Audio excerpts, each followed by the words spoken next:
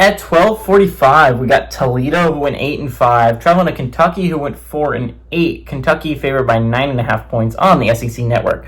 Tucker Gleason for the Rockets went 223 of 385, threw for 2,793 yards last year, 24 touchdowns, 8 interceptions. Connor Walenzak had 128 carries for 458 yards and a touchdown. Sad that that's your leading rusher. And Jerron Newton had 72 catches for 1,033 yards and 11 touchdowns. For Kentucky, Brock Vandegrift was their leading passer. He went 125 of 218, threw for 1,593 yards, 10 touchdowns, 8 interceptions. Jamarian Wilcox had 92 carries, 590 yards, and 2 touchdowns. And Dane Key had 47 catches for 715 yards and 2 touchdowns. Kentucky's 1-0 against Toledo all time. They played in 2019. And they won 38-24, and it was at home. Stoops is 1-0 against Toledo, and Candle is 0-1 against against Kentucky. I'd like to talk about this game because I think this is, like, when you're talking about the noon window, right, you're going to be talking about 2 games in particular that are probably going to be pretty good. And you're talking about Texas, Ohio State, and Syracuse, Tennessee. Both those games are going to be nationally relevant. Those are nationally ranked teams. 3 of the 4 teams are ranked. There's national relevance there. And then if you're talking about maybe some sleeper picks, Mississippi State, Southern Miss could be weirdly close. Northwestern, Tulane's expected to be a good game, right? But, like, there's an interest level there, but I think Toledo, Kentucky gets skated over. There's interest level, to me at least, a lot of interest level in this game. And it's because when you're talking about group of 6 kind of reps that you could be talking about, you're talking about mainly 4 again. You're talking about the Mountain West, you got Boise State. In the American, you got 3 teams really. You got Memphis, you got Navy, and you got Tulane. And we talked about this a little bit earlier in the Tulane video. But I think there's 2 and then sometimes you can hear James Madison thrown in there as your Sun Belt rep, right?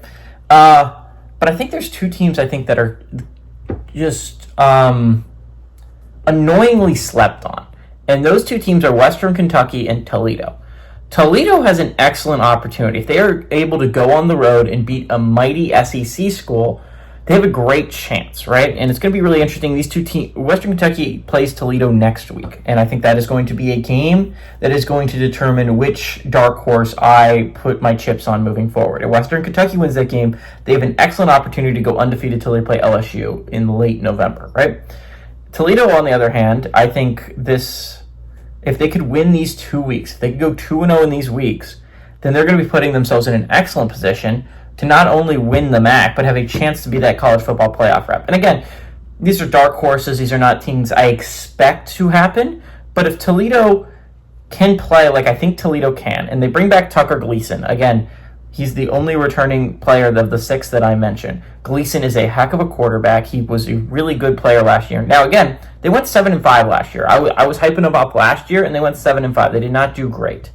After they beat Mississippi State, they went and lost to Western Kentucky. This is a chance to avenge that. If you can beat Kentucky and then beat Western Kentucky next week, those are going to be 2 of your harder games you're going to play all year if you're Toledo. Now, the MAC's not an easy conference. I'm not saying it's an easy conference. Miami, Ohio are going to be legit scary teams. Bowling Green is a big question mark what they're going to put forward this year, right?